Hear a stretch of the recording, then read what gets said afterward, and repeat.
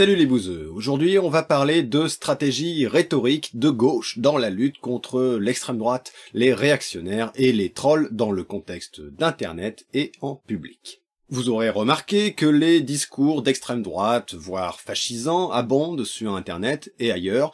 Il y aurait beaucoup de choses à dire sur les victoires idéologiques de l'extrême droite qui se diffusent dans le discours dominant, normalisant leurs mots porteurs d'idéologie jusqu'à se retrouver au gouvernement qui parle d'ensauvagement, Macron qui parle de l'hydre islamiste, ces libéraux en pleine dérive autoritaire pour protéger un capitalisme en crise, mais je vais me concentrer sur la rhétorique. Ma proposition, en toute humilité, enfin autant que j'en suis capable, c'est de regarder ce qui marche dans la rhétorique d'extrême droite, en particulier sur internet, et de la copier dans l'intérêt de la gauche. Je précise que cette vidéo s'inscrit dans la continuité d'autres, comme LBM 29 sur le fait qu'on ne peut pas débattre avec l'extrême droite, LBM 54 et l'œil du bouseux sur Anal Génocide, sur l'importance d'identifier les prémices politiques d'un discours d'extrême droite pour ne pas les accepter, ou encore LBM 87 sur l'injonction au débat qui montre comme le débat démocratique, en réalité, ils en ont rien à foutre. Alors je parle bien de rhétorique, de technique oratoire, pas de reprendre des idées politiques. Je ne défends pas l'idée de faire du confusionnisme, je ne défends pas l'idée que la gauche pourrait gagner si elle défendait des valeurs de droite,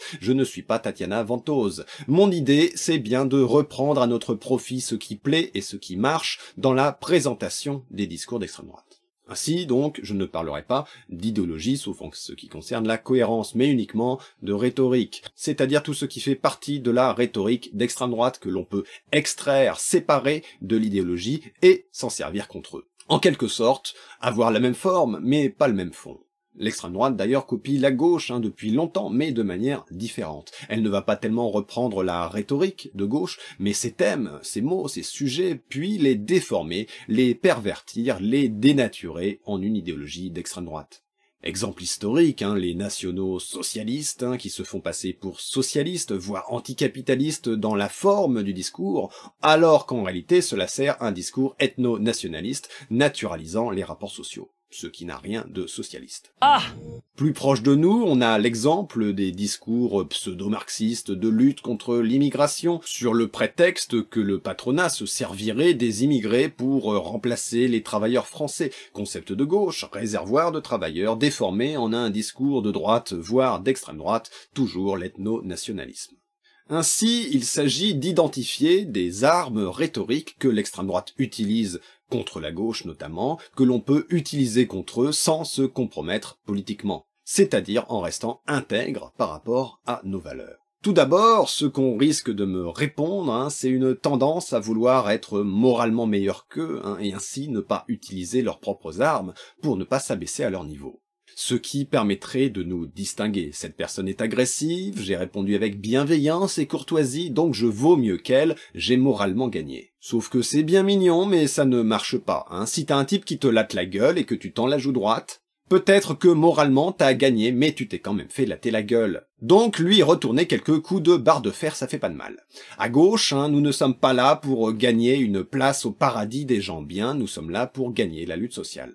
Alors il ne s'agit pas de retourner contre toutes leurs armes, il ne s'agit pas d'être misogyne contre une femme d'extrême droite, même si ça permettrait de la discréditer et de gagner symboliquement, parce que ça nous rend incohérents et ainsi on a perdu politiquement, ainsi ils peuvent retourner ça contre nous. Non, il s'agit de mettre en valeur une situation de légitime défense proportionnée qui rend moralement acceptable des outils rhétoriques ou les méthodes qu'on jugerait moralement inacceptables dans une autre situation. Si je suis agressif et insultant envers le Raptor dissident, c'est parce qu'il est lui-même agressif et insultant, il ne peut pas me reprocher ce qu'il fait lui-même.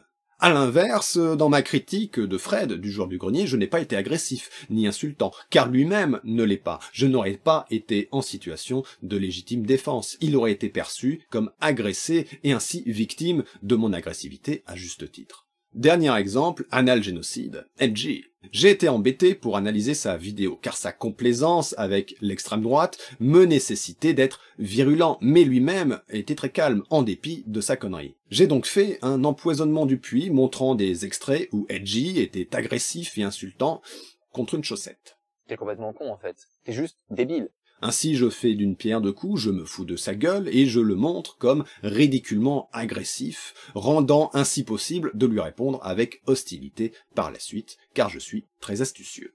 De plus, il s'agit donc d'éviter les outils rhétoriques porteurs d'idéologie, la misogynie, l'homophobie, le racisme, le culte de la force, etc. Évidemment, mais aussi, par exemple, les attaques sur le physique. Une attaque sur le physique permet de discréditer le discours d'une personne en s'attaquant à son physique. Ça incite à confondre, voire assimiler le fond et la forme, le discours et la personne, à défendre l'idée que si tu n'es pas dans la norme physiquement, tu fermes ta gueule. Tu es un sous-être comme ton physique le laisse deviner. Vous devriez l'attacher, colonel. Tais-toi, Lothar. Toi. Vous vous connaissez, je crois. 8 jours. 117. J'aurais dû m'en douter. Tu n'es pas seulement un lâche, tu es un traître. Comme ta petite taille le laissait deviner. C'est une stratégie de dominant et de fasciste qu'il ne faut pas légitimer. Sauf, à la rigueur, avec sarcasme, avec humour, en réponse à une attaque sur le physique. Donc là encore, de la légitime défense. Si quelqu'un se moque de mon physique, je peux lui répondre « mais t'as vu ta gueule ». Alors ça n'élève pas le débat, mais ça évite d'avoir l'apparence d'une victime qui se laisse faire. On ne remporte pas la victoire par la supériorité morale, ça il faut l'oublier, c'est de la connerie, c'est de la morale chrétienne. Vous aurez remarqué que je suis beaucoup dans un vocabulaire de combat. Je parle d'armes, d'attaque, de légitime défense, de victoire. Parce que l'extrême droite est dans une perspective de guerre idéologique. Les hommes sont menacés par une guerre des sexes menée par les féministes qui veulent détruire la virilité traditionnelle. Les blancs sont menacés par une guerre raciale qui vise leur extinction par la submersion démographique. Le lobby LGBT va tuer la natalité et faire disparaître la civilisation européenne. La colère de Dieu va s'abattre sur la France. Avec évidemment toujours derrière des juifs très riches qui manipulent tout ça contre l'Occident chrétien et blanc. Les partisans de l'extrême droite sont entourés d'ennemis mortels, le monde entier veut les tuer physiquement ou symboliquement. Et y compris de l'intérieur, l'ennemi intérieur judéo-bolchevique, enfin islamo-gauchiste, qui pervertit la pureté de la nation française, et ainsi ils sont très sûrs d'eux. Ça c'est le premier point qui fonctionne dans leur discours, c'est leur assurance. Si tu considères qu'il existe la menace d'un péril mortel, t'as pas le droit d'avoir des doutes. C'est la peur et même la panique qui décident. On ne prend pas le temps de raisonner, on ne doute pas, sinon on meurt. Douter de l'existence d'une menace, c'est déjà faire partie de la menace. Ainsi, la première chose à reprendre, c'est l'assurance. Parce qu'en politique, quelqu'un qui est sûr de lui, on se dit qu'il a de bonnes raisons d'être sûr de lui. D'ailleurs, pourquoi écouter quelqu'un qui n'est pas sûr de lui-même? Alors c'est idiot, c'est l'effet de halo, mais ça marche comme ça. Voilà pourquoi souvent la droite, en général, reproche à la gauche sa présumée arrogance. Elle reproche à la gauche d'être sûre d'elle, comme si c'était un défaut moral. Ils veulent qu'on soit humble parce que l'orgueil est un péché, qu'on doute que la gauche puisse avoir raison, et qu'ainsi, surtout, on accepte l'idée qu'en fait, c'est eux qui ont raison. Donc mon premier conseil, c'est d'être sûr de soi. Alors vous pouvez être subtil, ne pas affirmer et imposer vos idées, vous pouvez les amener discrètement, par une démarche d'introspection, mais il ne faut pas laisser apparaître de véritables doutes. Une fois qu'on a ça, qu'on est sûr de ses positions, alors on peut se permettre de détruire celles des autres. Mon second conseil, c'est d'attaquer, ou plutôt de contre-attaquer. Je vais vous faire la version courte, la vidéo Never Play Defense d'Innuendo Studio, le lien est dans la description, c'est sous-titré en français, explique que la stratégie rhétorique de l'extrême droite consiste à obliger ses interlocuteurs à se justifier, à s'expliquer. Pendant qu'on se justifie, pendant qu'on explique, on donne l'impression, même si on a raison, d'être celui qui est mis en faute. On n'est pas dans la position du professeur, on est en fait dans la position de l'accusé. Tandis que celui qui critique, qui attaque, qui interroge, est celui qui domine et qui mène le débat, qui impose la conduite de la discussion. Il a donc l'apparence du gagnant, et donc celui qui explique a symboliquement perdu le débat public. Voilà pourquoi l'extrême droite est constamment dans l'attaque, voilà pourquoi aussi il demande des débats publics en direct. Je vais donner un exemple avec ce que j'ai vécu sur Twitter il y a quelques jours. Je trouve ce commentaire d'un type qui me vanne sur mon pseudo. Je réponds en me justifiant. J'explique, je montre que son jugement est fallacieux. Que fait-il? Est-ce qu'il accepte de reconnaître avoir mal jugé? Non. Il attaque à nouveau en se reposant sur ma justification. Mon explication n'a servi à rien, elle lui a juste donné d'autres ressources pour m'attaquer. Ainsi que faire? Je pourrais évidemment me dire que c'est un troll. C'est évidemment un troll. Qu'il ne faut pas nourrir le troll. Seulement, ce n'est pas en ignorant un problème qu'on le résout. L'ignorance n'est pas le pire ennemi du troll, contrairement à l'idée reçue. Le pire ennemi du troll, c'est un autre troll. Donc, trollez-les. Donc bref, je contre-attaque et je me fous de sa gueule en me reposant sur ce qu'il me dit. C'est là que sa réaction devient intéressante. Tout d'abord, il juge que ma vanne est nulle, il donne plusieurs arguments, ce qui n'est pas bon signe. On voit qu'il cherche tous les moyens à sa portée pour se sortir de la situation. Il perd le contrôle, il panique, il est en sueur. De plus et surtout, il juge que ma réponse n'en est pas une, que je n'ai pas répondu à l'attaque. D'ailleurs, on constate qu'il parle lui-même d'armes et d'attaque. Pourtant, ma réponse est une réponse, mais ce n'est pas celle qu'il attendait. Il attendait que je me justifie et non pas que je contre-attaque. Il est donc pris au dépourvu. Donc, je continue. Et il persiste à dire que je ne réponds pas. C'est-à-dire que je ne réponds pas comme il le veut. Il se répète, il sort une espèce de vanne, je présume, sur le chewing-gum, qui n'est pas franchement une punchline. Donc, je le laisse dans son ridicule. Je lui ai laissé le dernier mot, mais un dernier mot qui est ridicule. Donc j'ai gagné. Je n'ai même pas eu besoin de le relever.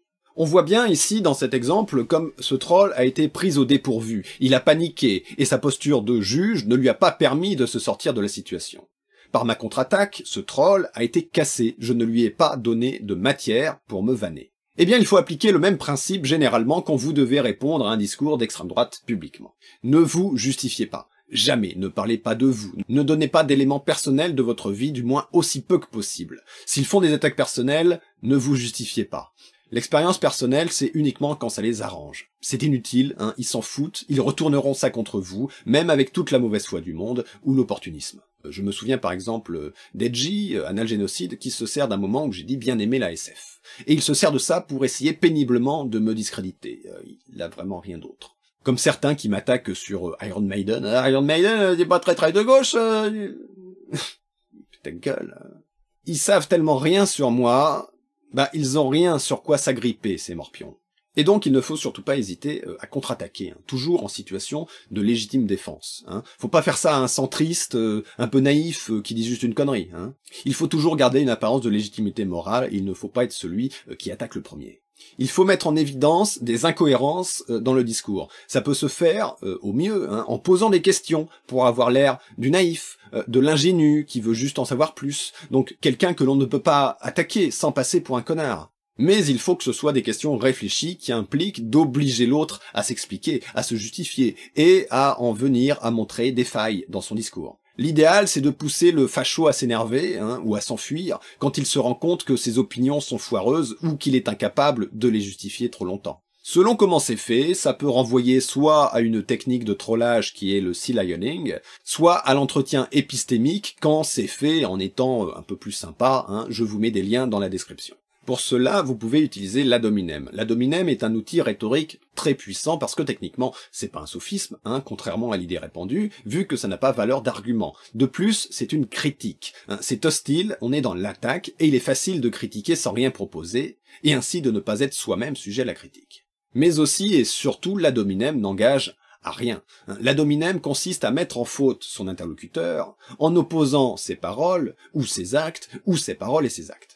Le coup classique, c'est tu dis ça et tu dis ça, c'est contradictoire, t'es pas cohérent. On doit ainsi relever un double standard, et si vous voulez relever un double standard, vous êtes obligé de passer par un ad hominem. Et forcément, une personne incohérente, on n'a pas à l'écouter. Elle est discréditée d'office. Si on a raison, alors on est cohérent. Et si on est incohérent, c'est qu'on n'a pas raison. Le mieux encore, c'est de le faire sans affirmer, mais en questionnant pour garder un air de gentil sceptique, un peu naïf. Vous pouvez aussi juste faire une affirmation avec un point d'interrogation au bout.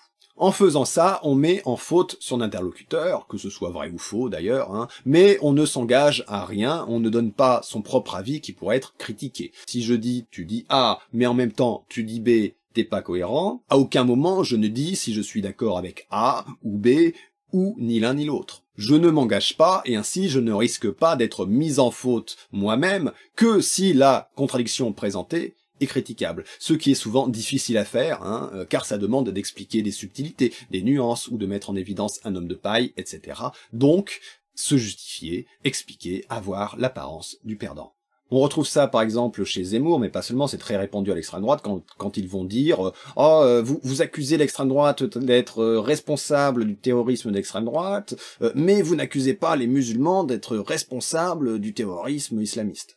Donc ils mettent au même niveau, à égalité, l'extrême droite d'un côté et les musulmans de l'autre, pour ensuite imposer qu'il y aurait une contradiction. Alors que si tu creuses un peu, comme j'ai pu le faire justement dans l'œil du bouseux sur Anal Génocide, pourquoi on devrait accepter de mettre au même niveau l'extrême droite et les musulmans? Ce sont deux entités différentes. Mais ça, pour expliquer ça, soit on peut déjà leur demander pourquoi vous les mettez au même niveau, mais on peut aussi être tenté d'expliquer que non, c'est pas pareil. Mais alors on va expliquer, on va justifier, et puis on va un petit peu s'embourber là-dedans. Alors qu'on peut répondre soit en disant, soit en contre-attaquant, en disant pourquoi toi tu mets justement, tu es quand même vachement plus dur avec les musulmans qu'avec l'extrême droite. Pourquoi on voit des types qui défendent l'extrême droite sur les plateaux télé, mais il y a aucun islamiste à la télé. On peut demander pourquoi tu les mettrais au même niveau. Faudrait répliquer comme ça et pas du tout essayer d'expliquer pour dire que non, c'est pas pareil l'extrême droite et les musulmans, parce que là on se met à expliquer des choses et c'est beaucoup plus long, c'est plus complexe et ça va leur donner de la matière en plus pour faire d'autres attaques. Bref, on peut faire reposer un ad hominem sur des propos inventés ou déformés. Ça, évidemment, faut éviter de le faire car c'est malhonnête. C'est pour ça qu'on voit énormément sur Twitter, par exemple, d'ad hominem « ils disent ceci mais ils font cela », c'est facile et très efficace. Comme ça peut être très drôle aussi. Alors ce n'est pas spécifique à l'extrême droite, mais ils en utilisent beaucoup, et souvent cumulés à un homme de paille. Les antiracistes qui sont les vrais racistes parce qu'ils croient aux races, par exemple. Donc à partir de là, on est sûr de soi, on est dans la critique, dans l'attaque, sans donner du grain à moudre, ni être celui qui verse le premier sang. Il faut ajouter à cela la solution. L'extrême droite s'adresse à des gens qui ne vont pas très bien. Quand Rochdy vend ses discours pour faire de toi quelqu'un qui réussit et qui nique des meufs, forcément, il s'adresse à des gens qui ne réussissent pas et qui ne niquent pas de meufs. Alors il leur explique que le problème, c'est les féministes, et que la solution, c'est la virilité et la domination. Il faut avoir conscience de s'adresser aux mêmes personnes et de répondre à leurs besoins. Mais d'arriver le premier et de leur expliquer que le problème, c'est le capitalisme et le patriarcat, et que la solution, c'est l'anarchie. Enfin, par exemple, au hasard. Après, j'impose rien. Par exemple, dans le cas de la théorie du racisme anti-blanc, il est plus utile d'expliquer que si des gens n'aiment pas les blancs, c'est à cause du système raciste, plutôt que de dire que les blancs n'ont pas de raison de se plaindre et que ça serait indécent. Même si c'est vrai, ça ne marche pas, ça ne fait qu'alimenter la frustration sans canaliser la colère. Car la souffrance des blancs, des hommes, est une souffrance réelle, même si elle est illégitime. L'extrême droite canalise cette souffrance illégitime pour en faire un discours réactionnaire qui sert les intérêts de la domination et du maintien de l'ordre social. À nous de canaliser cette souffrance pour en faire un discours progressiste qui sert les intérêts de l'émancipation. Toi, le mec qui considère être en situation de misère sexuelle, tu souffres parce que la société patriarcale et consumériste te vend le fantasme de femmes-objets qui ne te sont pas accessibles. Le problème, c'est le patriarcat et le capitalisme, mais pas les femmes qui en sont les véritables victimes. Une force de l'extrême droite, c'est d'apporter des solutions simples à des souffrances, et malheureusement, bien trop souvent, dans le militantisme, on se tire une balle dans le pied au nom du refus d'être pédagogue. Alors l'injonction à la pédagogie est un problème, mais envoyer chier les gens aussi. Je n'ai jamais vu un masculiniste, un raciste ou autre envoyer chier quelqu'un en lui disant « je n'ai pas à t'éduquer. Va t'éduquer tout seul, mon temps ne t'est pas dû. Si tu me demandes de t'expliquer, c'est que t'as des problèmes d'ego, je ne suis pas à ton service, etc. » Non, le mec d'extrême droite, le réactionnaire, est toujours prêt et disponible pour expliquer ce qui, d'après lui, est la cause des problèmes de notre société. Parce que oui, demander à quelqu'un qui n'y connaît rien sur le féminisme de s'éduquer tout seul, c'est prendre un risque important de le voir taper féminisme sur Google et qu'il aille sur un article écrit par Soral ou une vidéo du Raptor dissident. Alors je suis conscient que oui, l'injonction à la pédagogie, c'est chiant, que oui, des trolls vous posent des questions alors qu'on sait très bien qu'ils en ont rien à foutre de la réponse, et qu'ils font ça juste pour vous fatiguer, mais pour autant il faut pas envoyer chier, du moins pas trop facilement. Autre force de l'extrême droite, c'est la violence et l'humour. Il s'adresse à de jeunes hommes, blancs, hétéros, qui prétendent apprécier ce qu'ils appellent l'humour noir, qui se sentent mal à l'aise dans cette société, et pour qui la violence et la dérision sont des palliatifs, et ça donne l'impression d'être un rebelle, d'écraser et de mépriser les autres, le connard cool, le viril, mais c'est juste pour rigoler, etc., etc.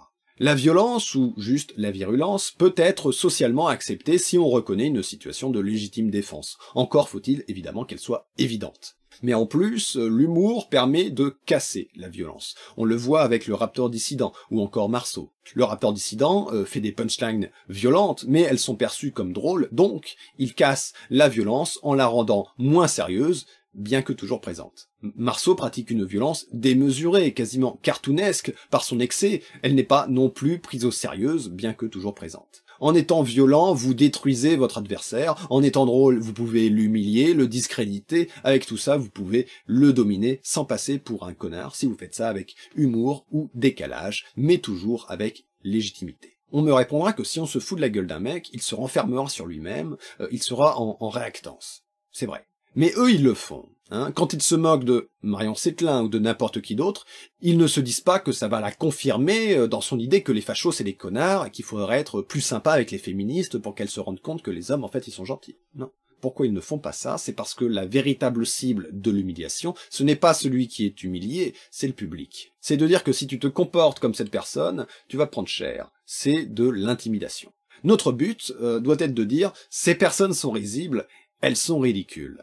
Ils gagnent grâce à l'image, il faut casser cette image. Le public cible de l'extrême droite, si c'est eux que vous voulez toucher, ce sont des jeunes qui n'ont pas de repères et des types comme Marceau ou Rochdy apparaissent comme des pères de substitution ou des grands frères qui vont leur apprendre comment dominer les autres. Les stages de virilité, leurs vidéos, c'est rien d'autre que ça. C'est un rituel de passage à l'âge adulte pour les jeunes hommes. Il faut les écraser. Ils ne comprennent que ça. Il faut les dominer, les humilier avec leurs propres armes et nos valeurs. Si Marceau est apprécié, c'est parce qu'il écrase et qu'il tue symboliquement ses ennemis dans ses dessins. Il faut casser cette image qu'il se donne de mecs virils et dominateurs en les dominant, en les humiliant, en les rabaissant. Seulement après, on peut apporter l'idée que la domination, ça craint, et que la solidarité, c'est quand même plus sympa. Ça permet aussi de contredire leur discours de ce que serait l'ennemi, le gauchiste. Après, évidemment, ils sont pas très cohérents. Un coup, les gauchistes, c'est des gros fragiles qui pleurent, un coup, les gauchistes sont très dangereux et très violents. Mais ce qui revient le plus souvent, c'est que le gauchiste est un idiot utile, maintenant des islamistes ou des féministes. Le gauchiste est un faible qui se fait avoir. Il est du côté des féministes pour coucher, mais il va se faire castrer, il va se faire dénoncer. Il est du côté des musulmans pour la tolérance, mais il va se faire fusiller. Le gauchiste est un faible par nature, et parce qu'il est faible, il a tort. Si vous vous montrez faible, vous leur donnez raison, et vous leur donnez des moyens de vous attaquer. Ils s'en prennent toujours aux plus faibles qu'eux. Regardez le Raptor dissident, pour harceler des adolescentes, il y a du monde, pour son duel avec Soral, il n'y a plus personne. Mais je pense que tu pensais pas que j'allais dire ces choses-là. Tu pensais que ce serait tabou, mais non, c'est pas tabou. Je rappelle toujours que ça, c'est en public. Si vous êtes en privé avec un type influencé par ses discours, préférez la bienveillance pour ne pas correspondre à leur stéréotype de SJW hystérique. Alors c'est pas forcément évident de rester calme, mais c'est mieux. Alors vous me direz, c'est pas très agréable de se comporter comme ça. Alors j'oblige personne, et on peut avoir plusieurs façons de faire, mais si vous me dites ça, c'est parce que vous avez de l'amour-propre. L'avantage de l'extrême droite par rapport à la gauche, c'est qu'ils n'ont pas d'amour-propre. Je le rappelle, un mec d'extrême droite est en situation de guerre pour sa survie, et en situation de guerre, tous les coups sont permis pour gagner. Le partisan de l'extrême droite peut utiliser des idées, des valeurs, des concepts auxquels il ne croit pas, qu'il ne comprend même pas, mais il fera semblant d'y croire et de les comprendre, le temps d'avoir l'apparence de la raison, le temps de mettre en tort son adversaire. Si on relève cette hypocrisie, qui en est une, ils diront sur les défensifs que c'est du sarcasme, tu n'as pas compris mon sarcasme, ou sur l'offensive que c'est toi qui n'es pas cohérent avec tes idées, bref, toi d'abord, c'est celui qui le dit qu'il l'est, parce qu'ils n'ont vraiment aucun amour-propre. On a pu voir ça avec Bruno Le Salé, qui m'accuse d'avoir fait de l'humour oppressif il y a 4 ans, alors qu'il ne comprend pas ce que c'est et qu'il s'en fout. Ils vont devenir antiracistes du moment que c'est pour dire que les antiracistes sont les vrais racistes. Donc eux aussi sont les vrais racistes, mais peu importe. Ils vont se prétendre tolérants du moment que c'est pour tolérer leurs propres idées. Ils vont se prétendre féministes du moment que c'est pour faire chier les musulmanes. Ils vont dire que les privilèges n'existent pas, sauf si c'est pour dire que les femmes sont privilégiées dans notre société, trop sympa avec elles. Ils vont dire que si t'es en prison, tu l'as bien mérité, sauf si t'es un homme blanc, là c'est le signe d'une injustice. Ils vont se prétendre pour la science du moment que l'une ou l'autre étude obscure correspond plus ou moins à leur morale naturalisante, etc., etc. Cette confusion idéologique opportuniste peut être utilisée à notre avantage. Il s'agit de retourner contre eux leurs expressions vides de sens dont ils se servent pour se donner une apparence de légitimité intellectuelle politique. Culture de l'excuse. Politiquement correct, bien-pensance, cancel culture maintenant, quand du bien, ces expressions sont vides de sens. On peut mettre dedans ce qu'on veut et les retourner contre les discours conservateurs ou réactionnaires. Les hommes qui sont violents ou agresseurs sexuels à cause des hormones ou de la misère sexuelle. C'est la culture de l'excuse. On n'a plus le droit de dénoncer le racisme sans se faire traiter de raciste par la pensée unique politiquement correcte. On peut plus rien dire. Ils veulent lutter contre l'insécurité. Oh, ils pensent être les gentils du camp du bien et que si t'es pas d'accord avec eux, t'es un méchant. Pareil avec leurs mèmes, qui peuvent facilement être récupérables contre eux, et ça, ils détestent ça. Avec ces sarcasmes, vous faites coup double, non seulement vous critiquez et vous mettez en valeur leur hypocrisie, mais en plus vous leur retirez le monopole de ces expressions jusqu'à les rendre inutiles politiquement pour eux. Un peu d'ailleurs comme un retournement du stigmate. Il y aurait bien d'autres choses à dire, mais pour l'instant, en tout cas, on va s'arrêter là. Alors on me demandera, est-ce que ça marche ? Écoutez, moi c'est ce que j'applique. Si vous appréciez ma chaîne, mais que vous n'êtes pas d'accord avec cette vidéo, c'est que vous n'êtes pas cohérent. Comment ça, c'est un ad hominem ? Très bien, c'était pour voir si vous suiviez.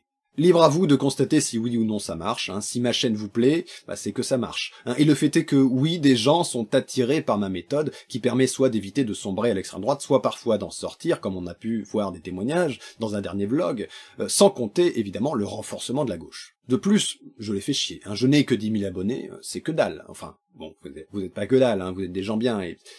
Bon, ça va, on peut plus rien dire. Mais tout le monde me connaît et quasiment aucun n'ose me répondre avec des arguments.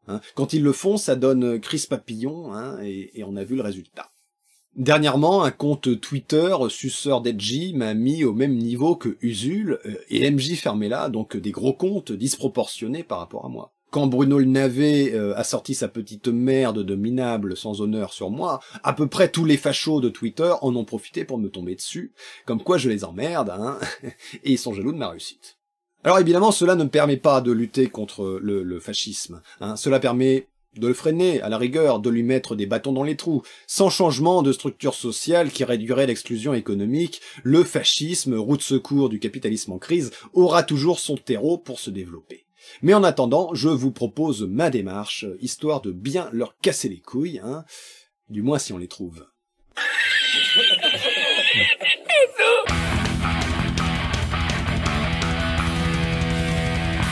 Et nous passons à la deuxième partie de notre émission pour prendre l'appel des auditeurs. Allô ? Oui, allô ? C'est bien la preuve que vous savez très bien ce que vous faites. Oui, en effet, oui. Non, mais je veux dire, vous dénoncez des ad hominem, mais vous en faites vous-même.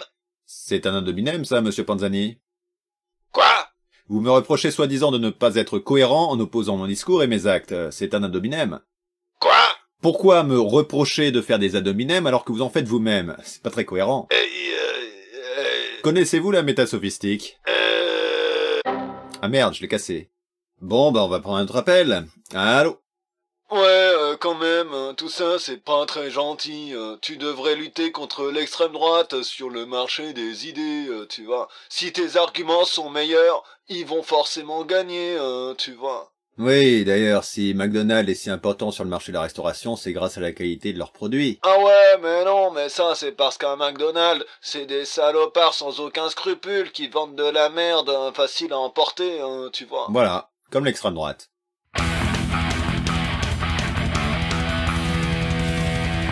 Notre émission est désormais terminée, j'espère qu'elle vous a plu. Si c'est le cas, n'hésitez pas à le préciser dans les commentaires. Vous pouvez me suivre sur les réseaux sociaux et me soutenir sur Tipeee. Les liens sont dans la description. On se retrouve la semaine prochaine pour une prochaine émission du Bouzeux Magazine.